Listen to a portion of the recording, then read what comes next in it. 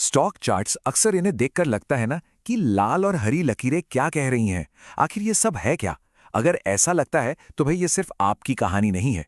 लेकिन सोचिए, क्या हो अगर ये सिर्फ रैंडम शेप्स ना हो बल्कि मार्केट की अपनी एक सीक्रेट लैंग्वेज हो। बिल्कुल। और आज के इस विश्लेषण में हम इसी कोड को, इसी भाषा को समझने की कोशिश करेंगे। चलिए, इसको एक बहुत मजेदार तरीके से समझते हैं। हम सब रोज इमोजी इस्तेमाल करते हैं ना। एक स्माइली मतलब खुशी, एक सैड फेस वरीड मतलब दुख। अब बस ये सोचिए कि मार्केट के भी अपने इमोजी होते हैं। जी हाँ, ये कैंडलस्टिक्स ठीक वही काम करती हैं।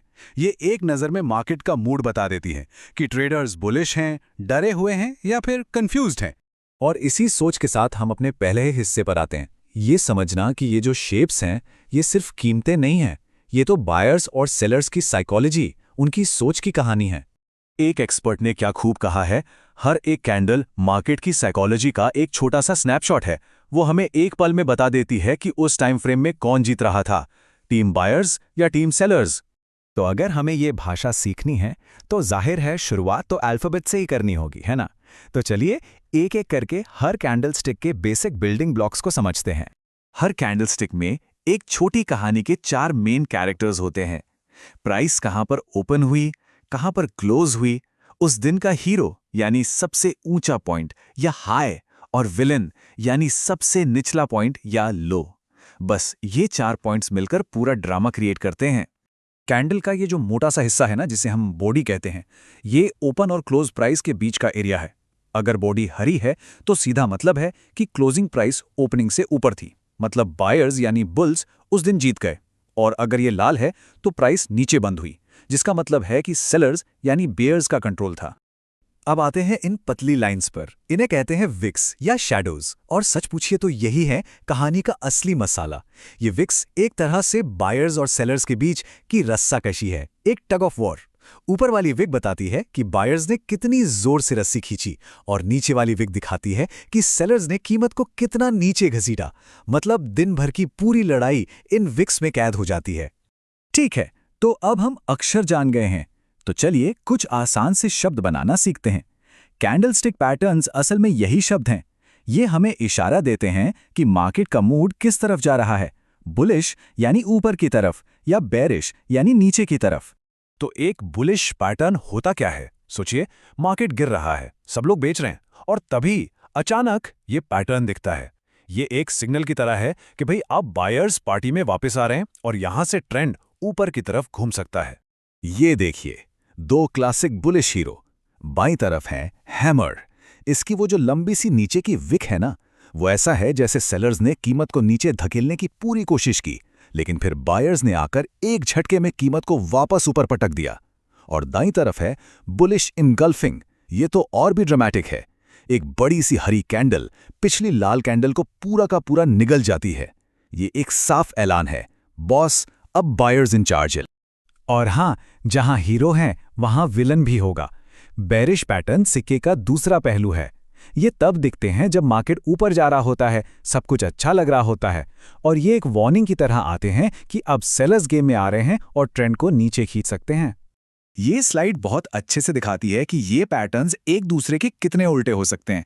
एनगल्फिंग पैटर्न इसका बेस्ट एग्जाम्पल है। एक तरफ बुलिश एनगल्फिंग में बायर्स पूरी तरह से हावी हो जाते हैं, तो दूसरी तरफ बेरिश एनगल्फिंग में सेलर्स मार्केट पर कब्जा कर लेते हैं। अच्छा, तो अब हम कुछ शब्द सीख गए हैं। अब टाइम है ग्रामर सीखने का, कि ये शब्द मिलकर सेंटेंस कैसे बनाते हैं। कैंडलस्टिक पैटर्न्स हमें मेनली 2 तरह की कहानियां बताते हैं। एक होती है रिवर्सल, यानी कहानी में एक बड़ा ट्विस्ट, और दूसरी होती है कंटिन्यूएशन, जब कहानी उसी ट्रैक पर आगे बढ़ती रहती है। रिवर्सल पैटर्न मार्केट की कहानी में एक प्लॉट ट्विस्ट जैसा है। जब मार्केट एक ही दिशा में भागे जा रहा हो तो ये पैटर्न एक हिंट देता है कि अब कहानी पलटने वाली है। मॉर्निंग स्टार इसका एक बेहतरीन उदाहरण है। ये 3 कैंडल का पैटर्न अक्सर गिरावट के बाद बनता है और इशारा करता है कि शायद अंधेरा अब खत्म हो रहा है और एक नई सुबह यानी एक अप ट्रेंड शुरू हो सकती है। ये काफी भरोसेमंद रिवर्सल पैटर्न्स में से एक माना जाता है।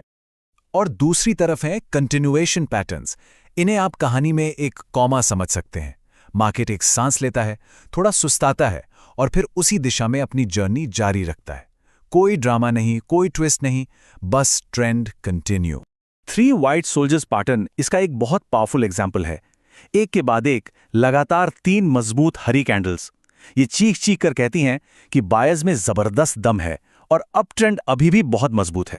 तो अब आता है सबसे जरूरी सबक जो हमने अब तक सीखा है, शायद उससे भी ज्यादा जरूरी, और वो है कॉन्टेक्स्ट यानी संदर्भ। किसी भी भाषा की तरह अकेले शब्दों का कोई मतलब नहीं होता, कॉन्टेक्स्ट ही सब कुछ है।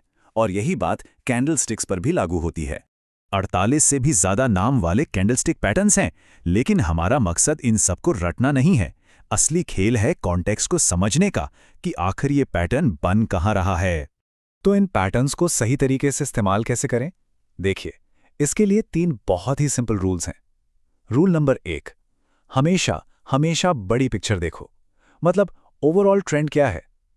रूल नंबर 2, कभी भी एक अकेली कैंडल पर दाव मत लगाओ, इसे हमेशा दूसरे सुरागों के साथ कंफर्म करो, जैसे सपोर्ट और रेजिस्टेंस लेवल्स। और सबसे जरूरी रूल नंबर 3, ये याद रखना होगा कि ये सिर्फ इशारे हैं, कोई गारंटी नहीं। ये पॉसिबिलिटीज हैं, कोई भविष्यवाणी नहीं। तो हमने देखा कि कैंडलस्टिक पैटर्न मार्केट में इंसानी जज्बातों की कहानी कहते हैं, डर और लालच की। लेकिन एक सवाल है जो सोचने पर मजबूर करता है। आज के समय में जब एल्गोरिथम और बॉट्स ज्यादातर ट्रेडिंग कर रहे हैं, तो क्या ये पैटर्न अब भी इंसानों की कहानी बता रहे हैं या फिर मशीनों की? इस पर विचार जरूर कीजिएगा।